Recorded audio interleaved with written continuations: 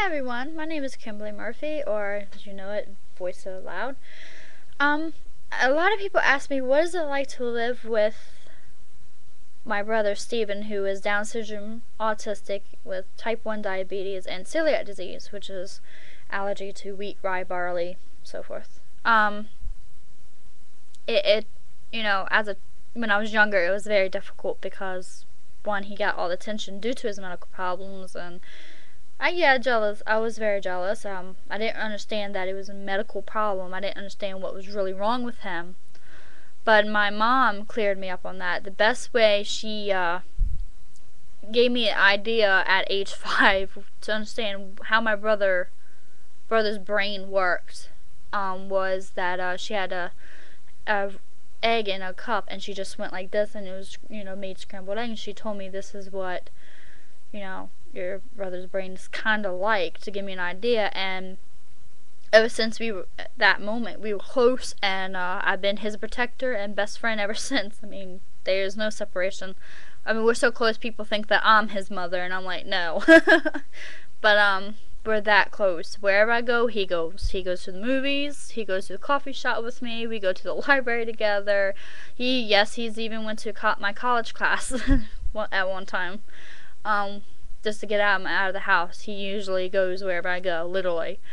But back then, as a child, I was very jealous, and because he was, getting more attention than I was, but thanks Mom giving me that demonstration, I understood. Oh my gosh, and ever since then, I've been right there to protect him. I also got teased severely because of it, and they used the word retarded, and they said you're just retarded, just like him, and I'm like, and I was raised not to say that. It's very rude. I know some people don't like the word say, oh God, that's so retarded. I use it, but not around my brother. That's the only time you don't find me use, because he knows what that word is. Kids at school at Nandua called him that, and he knows what it is because he came home and told me. And I was like, where in the world did you get that word? So someone in school, probably a kid or bully, would sit there and say that. And he also called him Downs, and he learned what that was, and we had to tell him, yes, you're Downs. And I told him, I said, they're just saying that because they're jealous that they're not as special as you. And of course he just smiled at me.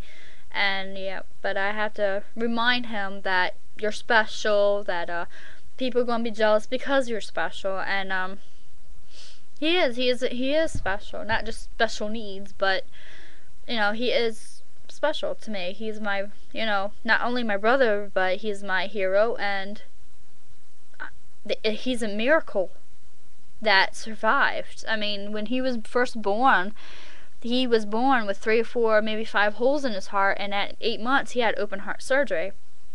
He died three or 4 times on the operating table and survived. And then at age 2, we gave him a big birthday party because we nearly lost him, and he slipped into a diabetic coma, and we had no idea he was a diabetic.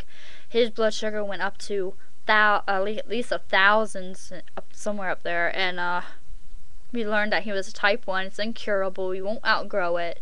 Unlike type 2, there is a possibility. But they told us that he wouldn't wake up, but he did. And they said that because he's Down syndrome, he might not live past age 5, and he did. And then it was past age 7, and he survived. And after a while, they just stopped saying it because he's now almost 20 years old. But living with Stephen, it's hard to communicate with him sometimes, unless you're here. If you're raised with it, it's very easy for me. I know exactly what he's talking about. But as he was learning new words, that was difficult because you have no idea what he's being taught at school. So he would come home and we would try to figure out what he was saying. And he would get so impatient with us, and I would, calmly just look at him and say, I'm so sorry, Steve. I said, I would actually tell him that Kiki Kim's not as smart as Steven. I couldn't understand him, because to him, I'm Kiki Kim. I would tell him, I say, I'm not as smart as you. I have not a clue what you're talking about. And he would just look at me with the sweetest smile, and he would just try it again, and then finally we got it. But yeah, he graduated from high school, so now we just, he's into garden, so he helps me take care of my plant, and we still go out to movies. We just hang out all the time, but it's kind of difficult because there are, you don't really know if he will be around tomorrow. He could go to bed tonight and be fine, and then wake up tomorrow and he's gone, and that is a possibility. There are still holes in his heart.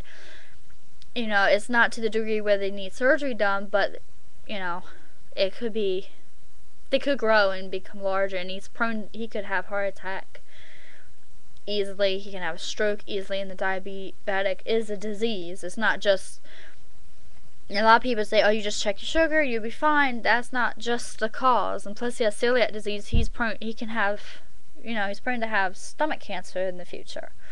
And living in total fear of knowing that your, well, I call him Big Brother, even though he's 3 years younger than me. My big brother could not be here, and my hero be wiped away from me just like that. It's very hard to live that way, but we make the best of it, and I wouldn't trade it for the world to be. If I could have a so-called normal brother, I would choose Steven, because he's just, he's everything a little girl could ever pray to have as a brother. He's just perfect as he is. A lot of people see him for his imperfections. I see him perfectly created, and to me he is perfect in every single way.